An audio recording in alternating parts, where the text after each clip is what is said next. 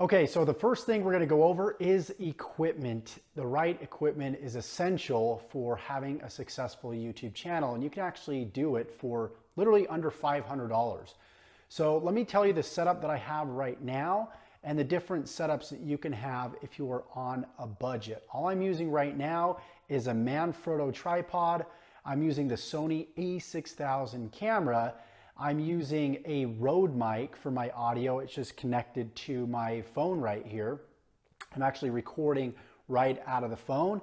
And I've got natural lighting set up right now, so I'm not even using a lighting kit. But if you want to get access to a good quality lighting kit that I do use in my other videos, go ahead in the description. I will put the links to all these products on Amazon.com. So really depending on how serious you want to get with your video editing, most people I would just suggest starting off with your smartphone. I'm using an iPhone 7 here for the audio. You can also use that for the video. You can use as early as I'd say an iPhone 5 or an iPhone 6 for video quality. But if you want to get a little bit more advanced and get an unfair advantage when it comes to video quality, you can get the Sony a6000 or equivalent. I know a lot of other YouTubers will suggest other cameras out there, like the Canon D70. Rebel cameras are also great for video, but I've just got a simple basic setup right here and it works great for me. Also, what you want to do is you want to make sure that you download the Rode mic software to your smartphone.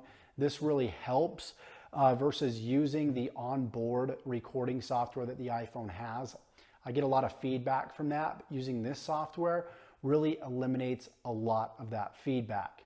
So now that you have the right camera, you have the right setup, let's go into the actual structure of this video. And the structure of this video is a perfect example of how you want to structure your video. You want to open up with basically giving the consumer or the viewer exactly what it is that they want. So for example, in this video, you came here because you want to learn how to make money on YouTube. And I started my video off with something like, hey, how's it going? Josh Elder from mywebsite.com, whatever my website is. You came to this video because you want to learn how to make money on YouTube.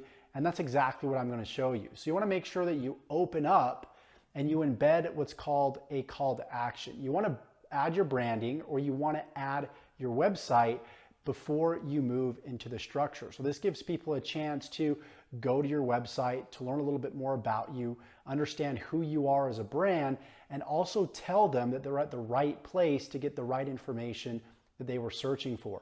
After you do that, you'll move into the actual content, right? And typically what I'll do, and I have a perfect example right here, is I will bullet point all the different topics that I'm going to cover within my video. So I make sure that I structure it, and I'll bullet point everything. I know a lot of people will start by scripting. Scripting is great if you want to get started, but if you really want to build a brand and be believable, it's great to just bullet point what you're going to cover within your videos. And then what you want to do at the end of your video is you want to close call to action. Tell people what to do next. Get them to interact with your video, because YouTube is all about engagement, right? It's all about getting likes. It's all about getting subscribers. So you may come to this video, you may absolutely hate the content. You give it a thumbs down if you do, no problem. If you love what you're seeing, go ahead and give me a thumbs up and comment and tell me what you're using. Maybe you've got equipment that you're using on your specific setup within your home environment. Would love to hear your feedback on that. So that's a great example of having an open call to action, content in the middle, and then closing at the end, telling people what to do, whether it's subscribe, comment below, like the video, dislike the video, whatever it may be. You want to make sure that people are engaging with your video.